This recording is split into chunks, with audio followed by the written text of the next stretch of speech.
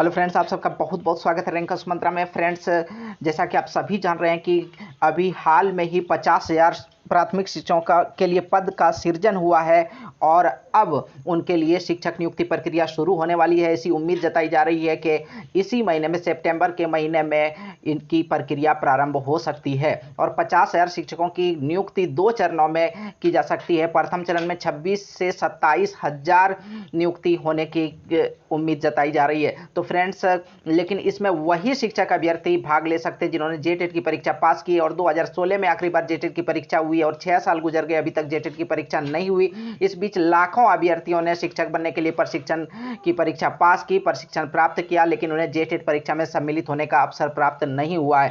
और ना सिर्फ सरकारी नियुक्ति में उन्हें अवसर नहीं मिलेगा, बल्कि अब यहां तक आफत बन पड़ी है कि उन्हें प्राइवेट स्कूलों में भी, निजी विद्यालय में भी शिक्षक बनने में मुश्किल पेश आ रही है, क्योंकि निजी विद्यालय में भी शिक्षक बनने के लिए जेटेट की परीक्षा पास होना अनिवार्य है। तो फ्रेंड्स, देखते हैं आइए क्या है पूरा न्यूज़। शिक्षक बनने की राह में व्यवस्था का रोड़ा।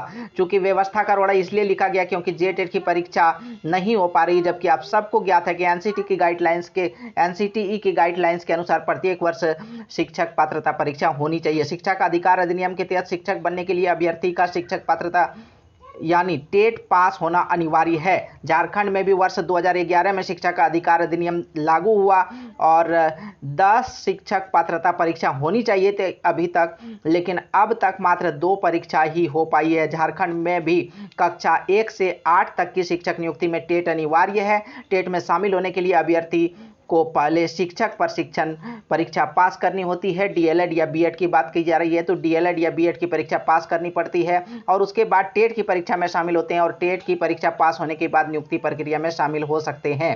राज्य में लगभग 1 लाख ऐसे अभ्यर्थी हैं। यहाँ पर 1 लाख, हालांकि इसकी संख्या काफ़ी अधिक है, तो लाखों अभ्यर्थी ऐसे हैं जो टेट की परीक्षा पास नहीं है, उन्हें टेट की परीक्षा में बैठने का अवसर प्राप्त नहीं हुआ है, जिन्हें अब तक एक भी टेट में शामिल होने का अवसर प्राप्त नहीं हुआ है। टेट पास नहीं होने के कारण शिक्षक प्रशिक्षण की डिग्री भी बेकार हो गई है उनके लिए, क्योंकि बिना टेट के निजी विद्यालय में भी शिक्षक बनने के लिए आवेदन जमा नहीं कर सकते, क्योंकि अब निजी विद्यालय में भी टेट पास अभ्यर्थियों को ही शिक्षक बनने का मौका दिया जाता है। झारखंड से ही टेट पास होना अनिवार्य है। अभी जो नियुक्ति प्रक्रिया शुरू होने वाली प्राथमिक शिक्षकों के लिए, तो उसमें साफ साफ कहा गया है कि जे टेट की परीक्षा पास होना अनिवार्य है। सी टेट मान्य नहीं है झारखंड में, तो ऐसे में लाखों अभ्यर्थी हैं जो इस शिक्षक नियुक्ति प्रक्रिया से वंचित रह जाएंगे। हालांकि 2016 में जो जे टेट पास अभ्यर्थी हैं उनका कहना है कि उनकी 2016 में जे टेट के बाद अब तक नियुक्ति प्रक्रिया